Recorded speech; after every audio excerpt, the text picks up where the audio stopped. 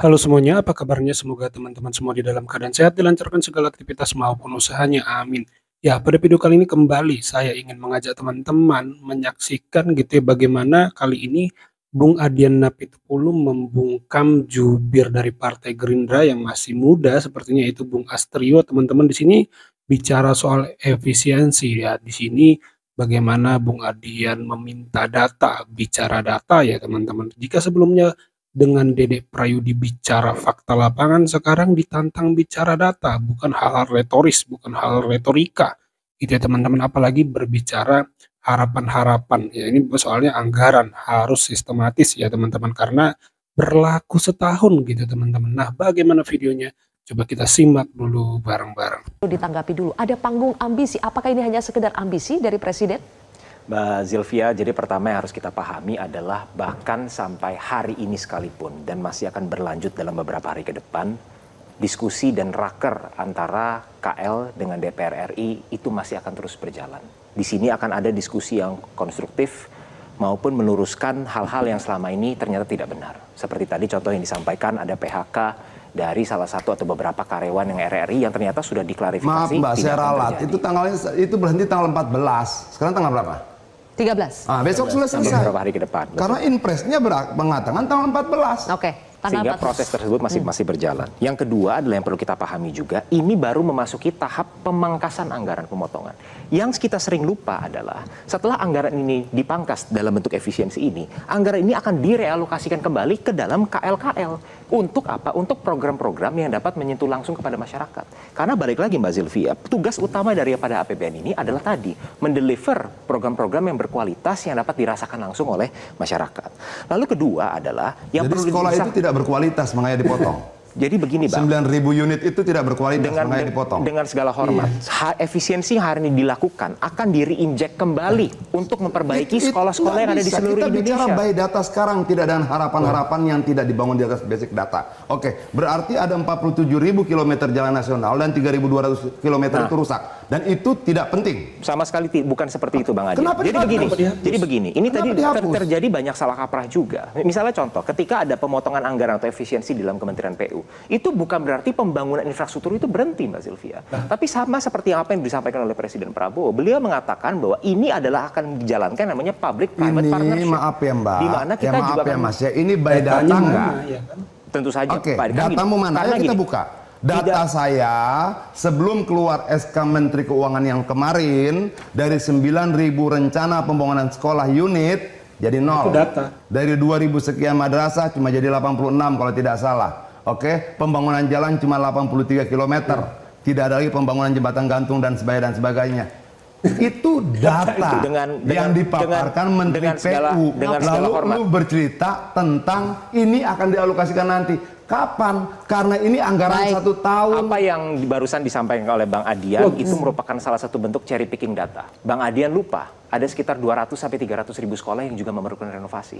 Di mana anggarannya kalau kita tidak bisa merefocusing anggaran-anggaran tersebut. Jadi pada satu sisi kita memang dihadapi dilema, betul Bang Adian. Kalau kita tidak memiliki di anggaran 110 triliun, begini, Bang, renovasi itu sudah termasuk. Jadi begini Bang. Sekarang renovasinya hilang, pembangunannya hilang. Oke, kita tanggapi dulu. Kalau pemerintah Indonesia tidak memiliki keterbatasan fiskal, maka semua program-program tersebut akan dengan mudah dapat dibiayai oleh APBN. Tetapi yang masalahnya harusnya dilakukan pemerintah mendengar penderitaan rakyat, bukan rakyat mendengar penderitaan pemerintah. Karena rakyatlah yang membayar pemerintah, dibayar untuk bekerja dan dibayar untuk mendengar. Hari-hari ini rakyat mendengar penderitaan pemerintah tentang subsidi, penderitaan pemerintah tentang anggaran, penderitaan pemerintah tentang fiskal. Kok kita mendengar pemerintah menderita terus penderitaan kita siapa yang dengar? Oke, coba didengarkan dulu dan kemudian ditanggapi. Dengan sangat sederhana argumen ini bisa dijawab, yaitu adalah apa? Tujuan efisiensi senilai kurang lebih 300 triliun rupiah adalah untuk merealokasikan anggaran tersebut 300 triliun untuk program-program yang dapat dirasakan langsung oleh masyarakat. Seperti apa contohnya? Makan bergizi gratis. Seperti contohnya apa? Fasilitas kesehatan, cek kesehatan gratis. Seperti contohnya apa? Renovasi sekolah-sekolah yang sudah rusak sedang dan rusak berat. Ini semua data renovasi itu di mana? Jadi begini Bang. Apakah Bang Adian lebih prefer anggaran tersebut digunakan untuk perjalanan dinas dibandingkan anggaran tersebut digunakan untuk renovasi sekolah? Datanya di mana? Sekarang begini Bang, Ya soalnya Bung Adian ini kalau teman-teman simak video-video sebelumnya ketika rapat dengan DPR tuh memang di situ dicantumkan data-data tentang perbaikan jalan dan lain-lain. Makanya di sini Bung Adian mempertanyakan datanya mana. Kalau bilang mau ini mau itu kan harus sesuai anggaran yang sudah dianggarkan untuk suatu proyek. Nah, tapi Bung Satrio sepertinya kurang menangkap atau tidak bisa menjawab sehingga melebarkan pembicaraannya ke mana-mana. Ya, kita lanjut ya. Itu imajinasimu atau by data? By data Bang, karena Mana di dalam datanya? RAPBN 2025 anggaran untuk renovasi sekolah itu dianggarkan 20 triliun rupiah. Abang Itu bayangkan anggaran pendidikan 20%. Saya sudah dapat bahannya Untuk dari renovasi Kementerian sekolah, Bang. PU. Kementerian PU itu mitra kerja Komisi 5. Saya Komisi 5. kalau 20 triliun itu Bang, dengan segala hormat, dengan jumlah sekolah yang rusak sedang dan berat, maka angka tersebut tidaklah cukup. Maka salah satu fokus realokasi anggaran tersebut adalah untuk memperbaiki sekolah, untuk memberi makan anak-anak Indonesia. Saya tambahkan sedikit ya. Anggaran yang sebesar 20 triliun rupiah itu yang untuk merenovasi sekolah. Mungkin Abang Adian merasa ada yang hilang gitu karena Komisi Bang Adian itu mitranya adalah Kementerian PU. Itu kemudian anggaran tersebut digeser ke Kementerian Dikdasmen. Sehingga mungkin di situ kelihatannya oleh Komisi Abang Adian, wah ini anggarannya kemana nih? Seolah-olah itu dibatalkan. Enggak dibatalkan. Enggak dibatalkan. Itu anggarannya digeser ke Kemendikdasmen. Jadi pemilik anggaran realokasi digeser. Menengah dan dasar menengah itu ownership dari anggaran lebih tersebut pada itu kepada Kemendikdasmen. kebijakan pendidikannya, bukan fisik sekolahnya. Inilah yang rumit. Tiba-tiba Menteri Kehutanan nengok puskesmas. Abang. Lalu kemudian yang bangun infrastruktur nggak bangun, yang bangun kurikulum pendidikan disuruh bangun gedung. Ada 60% dari 148 ribu SD di Indonesia statusnya rusak. Ya, ada 48% dari 42 ribu SMP di Indonesia statusnya rusak. Dan ada 35% ya dari 28 ribu SMA garis miring SMK juga statusnya rusak. Baik. Kita bayangkan ketika saya bilang rusak, ini sampai anak-anak itu nggak bisa ke toilet, nggak bisa ke toilet. Orang normal dalam pertumbuhan aktif itu 2 jam sekali idealnya pergi ke toilet. Dan efisiensi ini akan menyelesaikan itu. Salah satunya ke sini, 17 yang mana? Renovasi sekolah Bang Adian. Iya, renovasi termasuk gini Kementerian Pendidikan Dasar dan Menengah itu untuk menyusun kurikulum pendidikannya, bukan untuk bangun gedung. Itu adanya di Kementerian PU. Di situ ada dirjen-dirjen terkait infrastruktur, bangunan gedung dan sebagainya. Lalu kamu dipindah kemari.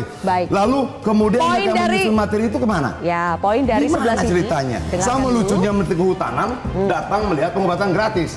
Periksa tuh hutan yang hilang, Ada hutan yang salah terbakar. Di sini bilang bahwa ada realokasi, refocusing, digeser anggaran. Ya, tidak terbantahkan sih kalau statement dari Bung Adian menurut saya sampai geleng-geleng ya. Maksud Bung Adian itu ya mana datanya? Ya karena tidak ujuk-ujuk kan mau renovasi sekolah. Nah, mana ininya lembaran atau pengajuannya agar disepakati, agar diketok gitulah kurang lebih yang saya tangkap ya. Koreksi kalau saya salah. Jadi kan ini negara. Negara itu merumuskan yang namanya kebijakan publik. Kebijakan publik itu hasil dari diskusi, persetujuan ya kan. Nanti di lapangan dieksekusilah sesuai anggaran, sesuai plan oleh kementerian-kementerian terkait. Tadi di sini lebih spesifik lagi perdebatan perihal bangun sekolah tapi kok digeser ke Kementerian Pendidikan, padahal Kementerian Pendidikan ini mengurus kurikulumnya, pembelajarannya, ya begitu-begitu ya, gurunya, kan begitu kan harusnya. Nah, kok urus gedung itu Kementerian PU. Nah, ini yang dianggap Bung Adian menjadi rumit gitu ya. Jadi bukan kebijakan publik namanya kalau seperti itu, karena tidak lagi ya sesuai dengan kementeriannya masing-masing yang mengerjakannya. Jadi inilah kerumitan-kerumitan yang terjadi dan sangat baik ya. Sejauh ini saya merasa hanya Bung Adian yang emang kritisi kebijakan ini dengan kritis. Jangan repot nanti di tengah jalan gitu. Jadi karena mau manut dengan presiden, manut semua ikut gitu. Nanti kerepotan di tengah jalan ya. Jangankan berbicara di tengah jalan. Sekarang saja sudah banyak teman-teman lihat berita, coba diklik itu ada pemberhentian kerja, kemarin ada RRI segala macam, walaupun akhirnya ditarik kembali statementnya. Ya itu kan polemik yang terjadi kan sebenarnya. Jadi ya menurut saya sih ya inilah ya, tidak bisa Indonesia ini kan atau manusia itu kan punya banyak aspek ya.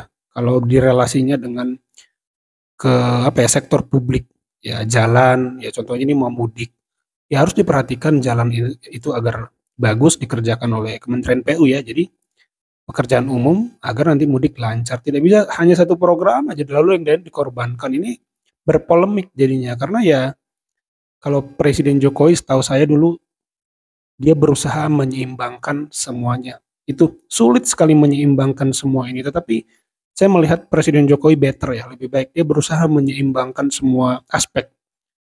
Nah, tapi sekarang yang saya lihat tidak mengejar keseimbangan itu ya, tapi lebih kepada ego program ya, yang saya pun tidak tahu kenapa harus dipaksakan ya. Itu kalau tanggapan saya ya. Kalau menurut teman-teman bagaimana nih? Coba tulis di kolom komentar. Itu saja video kali ini. Terima kasih buat teman-teman yang sudah menyimak sampai selesai. Sampai jumpa di video saya selanjutnya.